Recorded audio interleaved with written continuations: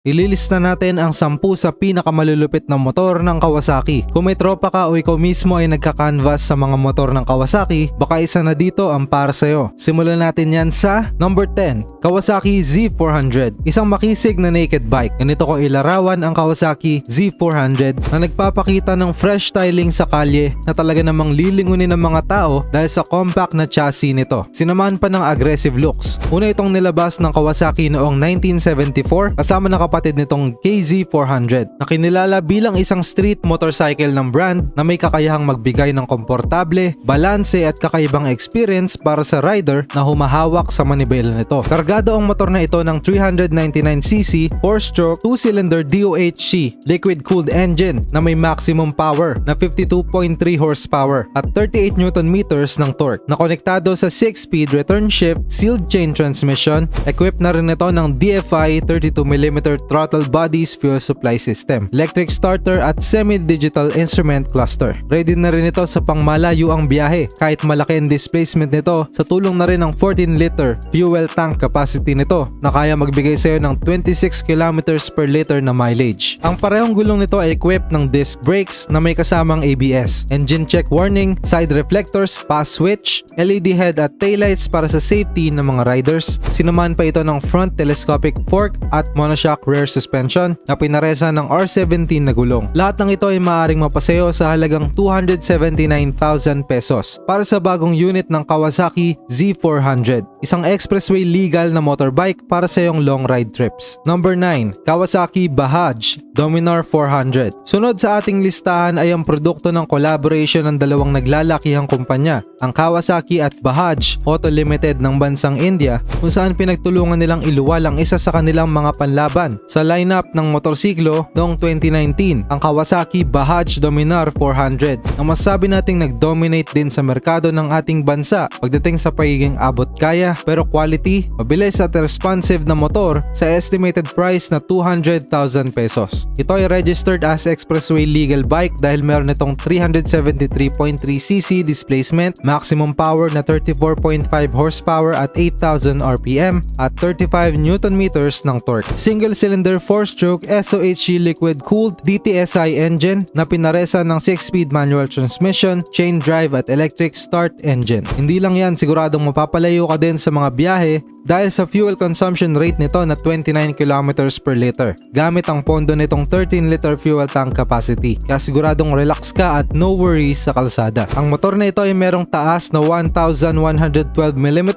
lapad na 813mm, haba na 2,156mm at ground clearance na 157mm. Swak na dimensions para sa isang 2-seater na motor na readyng tahakin ang anuman trip na kalsada ng mga tropa. Equipped na rin ito ng ABS, LED head and tail lights at disc brakes sa magkabilang gulong para sa guaranteed safety. Ang maangas na dating nito ay sinamahan din ng steel body frame, telescopic front suspension, adjustable monoshock rear suspension, digital instrument cluster, 17-inch alloy radial R17 wheels, at ang Dominar 400 ay hindi maikakailang isang bike sa murang halaga at kargado ng bilis, lakas at excellent handling experience. Syempre may libre pang pogi factor. Number 8, Kawasaki KLX 150BF. Versatile and dual purpose. Ito ang naging trademark ng Kawasaki KLX 150BF nang lumabas ito sa merkado. Ito kasi ang sumunod sa kapatid nitong KLX 150L na nag-aalok ng isang seryosong off-road performance sa mga may hirap at challenging na daan para sa mga baguhan at experience ng rider. Medyo makipot at agresibo ang disenyo nito dahil sa itong solidong dirt bike para sa mga off-road tracks, pero street legal pa rin at the same time. Ang dirt bike na ito ay may ground clearance na 295mm at curb weight na 118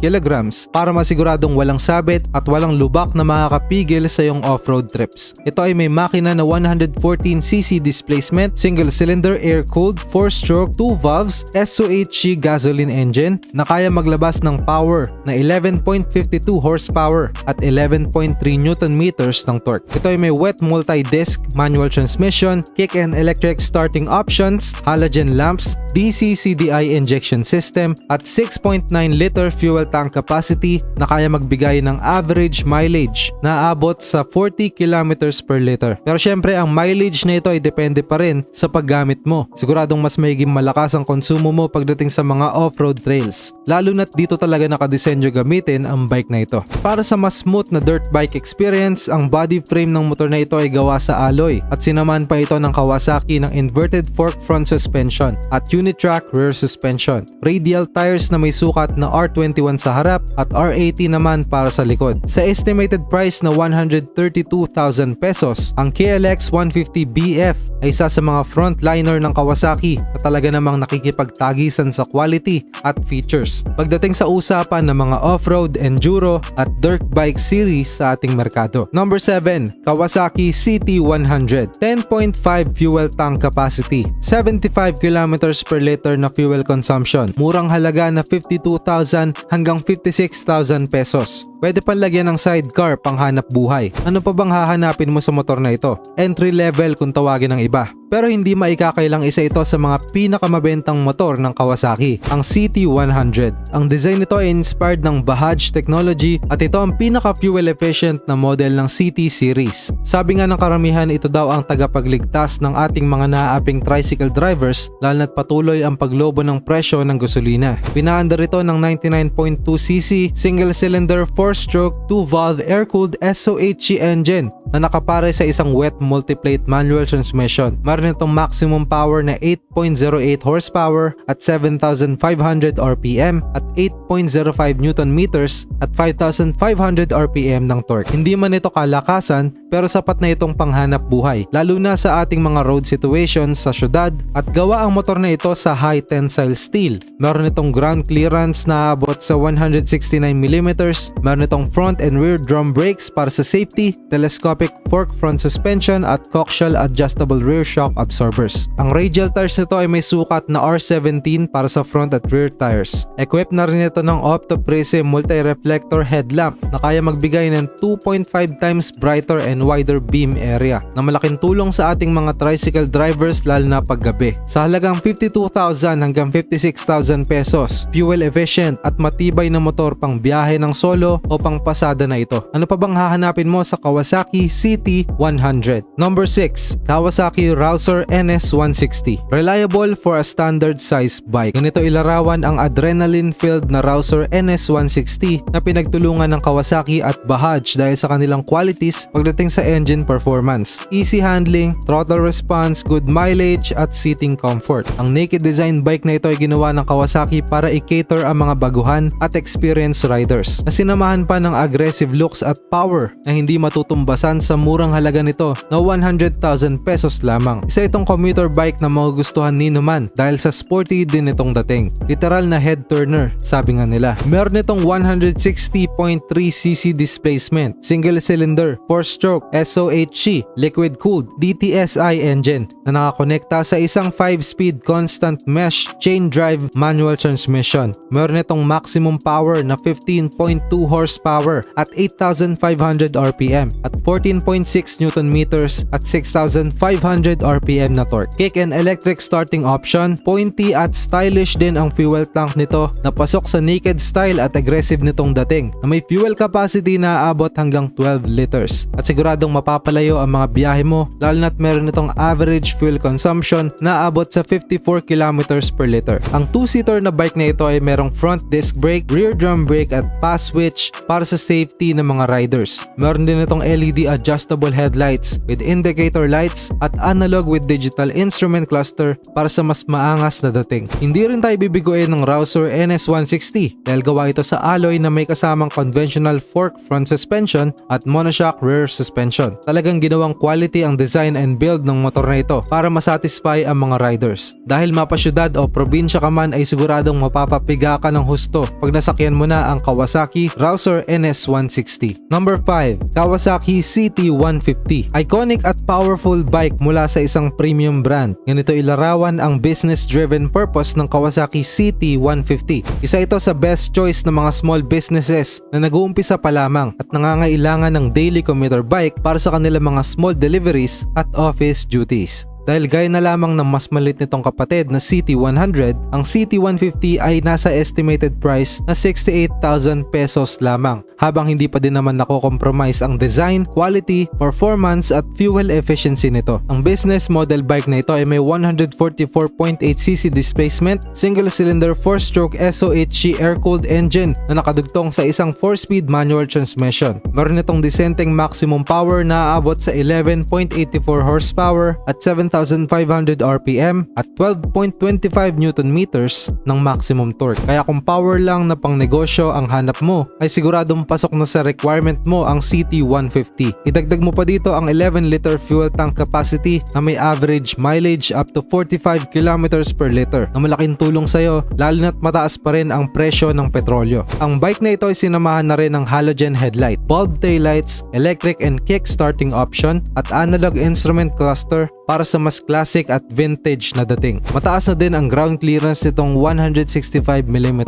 para masiguradong walang sabit kahit kargahan mo pa ito ng heavy load shipments. Ang radial tires nito na parehong may sukat na R17 sa harap at likod at pareho ding equipped ng drum brakes ay siguradong magbibigay sa iyo ng matagal na serbisyo hanggang sa lumago ang naumpisan mong negosyo. Kung naghahanap ka ng isang quality at budget friendly na motor para sa naiisipan mong business na maaaring bumago sa buhay mo, ay subukan mo na ang Kawasaki CT150. Number 4, Kawasaki Ninja H2. Syempre hindi rin makukumpleto ang ating listahan kung hindi natin sasamahan ng mga motor na pang big time. Kung isa ka sa mga pinagpalang nila lang na may pera at may extra kang 1.8 million pesos sa iyong bulsa at naisipan mong bumili ng iyong dream motorbike, ay bakit hindi mo i-consider ang Kawasaki Ninja H2? Ang H2 ay unang nilabas ng Kawasaki noong 1972 dahil gusto nila umanong gisingin ang natutulog na merkado ng mga motorcycles noon. Isa ito sa mga pinaka-powerful na bike ng Kawasaki, lalo na't dinisenyo ito para sa speed, acceleration, braking at cornering sa mga aspaltong kalsada. Sa madaling salita ay ginawa ang motor na ito para ipangkarera. Pero wag mag-alala,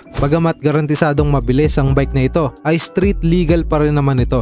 At syempre, pasok ka na din sa mga expressways. Ang bike na ito na mukhang alien o galing sa outer space ay may 998cc displacement, inline 4, 4-stroke liquid-cooled DOHC engine na nakadugtong sa isang 6-speed manual transmission. Meron itong fuel tank capacity na 17 liters na bagay sa aggressive, maskulado at makinis nitong itsura. Surprisingly, meron itong average mileage na 40 kilometers per liter. Pero syempre, depende pa rin yan sa hagod mo sa silinyador, lalo na't meron itong top speed na aabot sa 300 kilometers per hour. Imagine less than 15 minutes lang ang NLEX Angeles exit to Balintawak kung walang traffic. Ang single-seater aerodynamic design bike na ito ay may ground clearance na 130mm at bigat na 237 kg.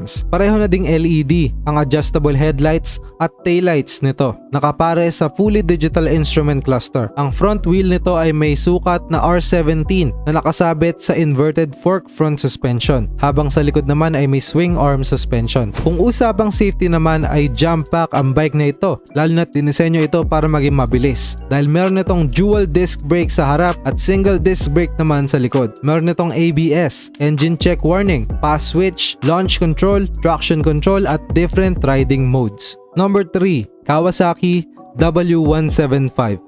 Isang cruiser bike na itinadhana para sa iyong full satisfaction and control. Ito ang Kawasaki W175 na ipinanganak noong 2017. Meron itong retro at vintage style looks kagaya ng mga kapatid nitong Estrella na mas kilala ngayon bilang W250, pati na din ang W650 at W800. Noong una ay nilabas lamang ito para sa Indonesian market at di nagtagal ay napasok na din ito ang iba't ibang bansa gaya ng Pinas, Thailand, Uruguay, Mexico at Bolivia. Ang teardrop style na motor na ito ay may 177cc air-cooled 4-stroke single-cylinder engine na nakakonekta sa isang 5-speed chain drive manual transmission. Meron itong power na 13.05 horsepower at 7,500 RPM at torque na abot sa 13.2 Nm at 6,000 RPM. Ang makinis nitong fuel tank na bagay sa old school nitong style ay may capacity na 12 liters at average mileage na abot sa 40 to 45 km per liter. May power pero tipid. Isa ito sa mga magagandang katangian ng W175. Ang bike na ito ay may ground clearance na 165mm para sa mas smooth na biyahe. Meron itong tire oversized na R17 sa harap na nakakonekta sa isang telescopic fork, habang ang likod naman nito ay nakakonekta sa hydraulic type dual rating spring shock absorbers. Meron itong halogen headlight at bulb taillight na nakapare sa isang analog instrument cluster para mapanatili ang retro style nito. Kung usapang safety naman ay meron itong front disc brakes at rear drum brakes, at sinamahan na din ito ng single channel ABS para sa mas safe na biyahe ng mga rider. Number 2, Kawasaki Fury 125. Ang Kawasaki Fury 125 ay isang bike na may signature crossbreed design concept pero in-improve ang styling, engine at frame performance. Overall, para itong baby na bagong panganak sa underbone category ng mga motor dahil sa taglay nitong sporty presence, facelifted model na may kasamang extra power at torque. Ang bike na ito ay may 125cc single cylinder 4-stroke SOHC air-cooled engine na may kapares na 4-speed rotary chain drive manual transmission. Ang maximum power nito ay umaabot ng